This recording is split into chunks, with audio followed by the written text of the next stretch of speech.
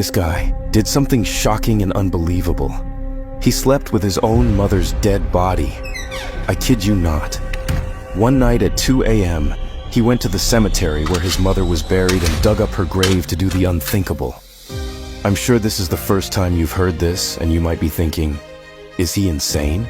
Was he possessed? Or could there be some hidden reason behind this disturbing action? This story will answer your questions and might surprise you because, in today's world, many people are lured into the same trap. This is his story.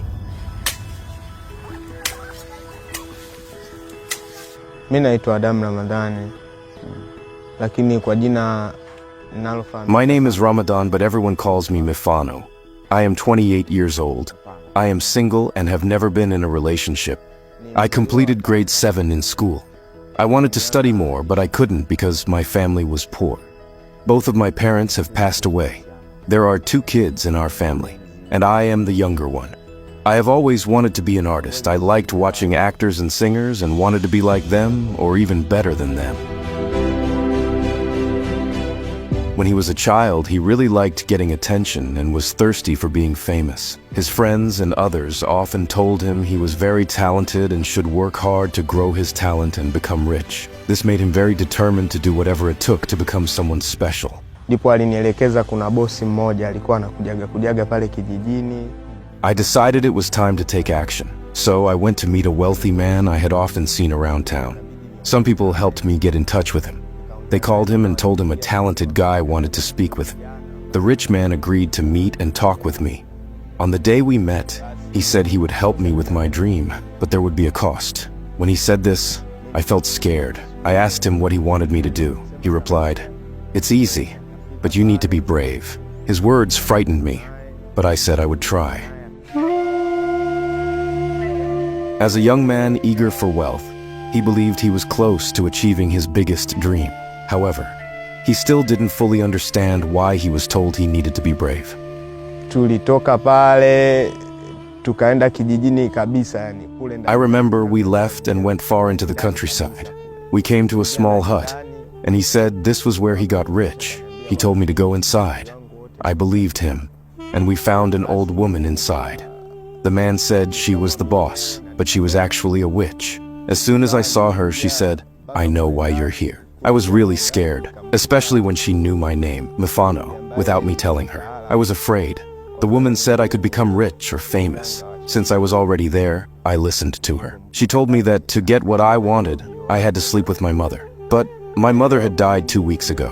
I asked how that was possible. She said I should dig up my mother's body and do what I have to do. Hearing this, I was terrified. I decided to leave the house right away and ran away.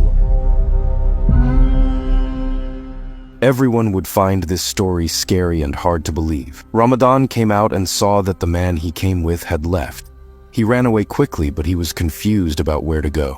They had come a long way from the town, and the house was in the middle of a forest. Mfano wa poli, yani niko kama polini, yani. While I was running fast, I suddenly realized I was lost in the middle of the forest. I kept running. After a bit, I was lucky to see a man on a motorcycle. I asked him for help to go to a place with more people. But after a short distance, he asked for money and I didn't have any. He started to attack me and tore my shirt. I had to fight him to escape. I was really scared and also very weak because I hadn't eaten anything the whole day. I pushed myself to run faster, but the scariest part was when I found myself back in front of the witch's house. It seemed like he couldn't escape no matter what he tried. Every time he tried to leave, he ended up back where he started, and the more time passed, the more his thoughts changed.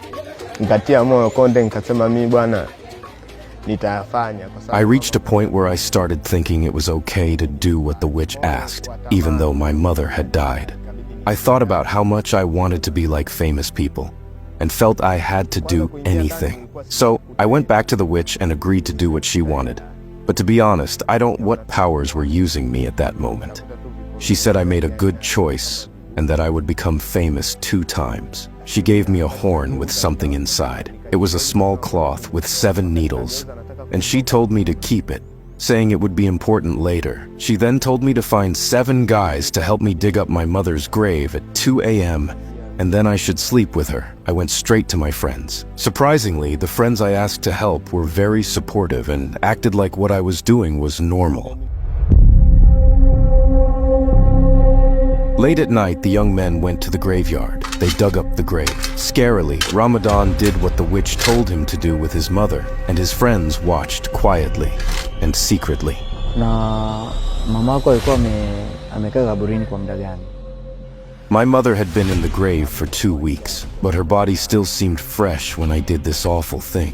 I felt like some unknown powers were controlling me. After I finished, we buried her again. It was strange to me that my friends watched it all as if it was normal, and I wondered if some power was controlling them too. They even asked me to introduce them to the witch. I left the graveyard feeling scared and full of regret for what I had done. The next day, I went back to where the witch lived and saw a 15-year-old girl there. I asked her about the witch, but she said the woman I was looking for wasn't there. I didn't ask more questions, like how the girl was related to the witch. Instead, I just went back home. He began to see the consequences of his actions. Ever since he did what he did with his mother's body, he never felt peace. As time went on, he realized more and more that everything was a lie. He didn't have peace, so he decided to leave his village. He hoped this would help him escape his scary thoughts and find peace. He also realized that the wealth he wanted was a lie and that he had been tricked. Basi nikawa na kila muda kwa kweli siko sawa. I kept having awful experiences. I couldn't sleep well and had bad dreams. All this happened while my sister, who lived in the same house, knew nothing about it. So I decided to go to Dar es Salaam. It was hard because I traveled in a farm truck by myself, but I needed to do it to try and escape from the things that were scaring me. He thought going to the city would help him escape his past and the bad things he had experienced. But instead of making things better, moving to the city actually made his life even worse than before. Safari yangu kulikuwa nabeba mizigo. When I first got to the city, I started working hard, but I didn't have a place to stay. Finding food was difficult, and sometimes I had to wash dishes for people in exchange for food. One day, while I was on the street, I noticed a woman walking and 2 men following her. They looked like they wanted to hurt her. When I realized they were trying to rob her, I helped her. She was very thankful and asked me to take her to her house. This woman was wealthy. She asked me about my life, and I told her I had nowhere to live. She said she liked me and offered for me to stay with her in her house. My heart felt at ease because it seemed like I had found a new chance in life, but I still felt unsure inside.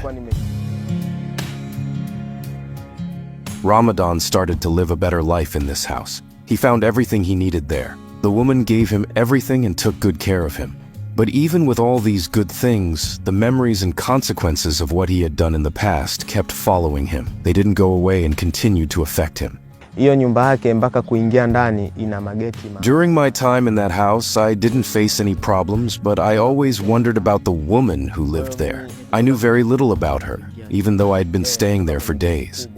As time went on, I couldn't shake off the haunting memories. I started seeing my mother's image at night, and I had disturbing dreams now and then. That's when I decided to confide in the woman and share my story. I showed her the small cloth the witch had given me, and she immediately told me that it would help me. But then, I began to hear a voice in my head, warning me that the woman I was living with was the same witch I had encountered before. This fear compelled me to leave her house. He had already sinned, and he did not achieve what he was chasing after. Instead, it made his life more stressful. When he noticed this, he decided to take responsibility for his actions and make a change. He realized that if he didn't, things could get even worse. Kwa kweli kuanzia siku ile I began to really dislike my life and even thought about ending it. But instead I made a big and unusual choice. I went to my sister and told her everything I had done. She was very sad and cried a lot, but she became a good support for me. She suggested that I start praying and become closer to God. So I started talking to people who prayed and got rid of the things the witch had given me. Since then, I have found peace, and I no longer hold any judgments in my heart. Choosing to pray made a big difference for him because it helped him when he had negative thoughts that could have made him consider ending his own life.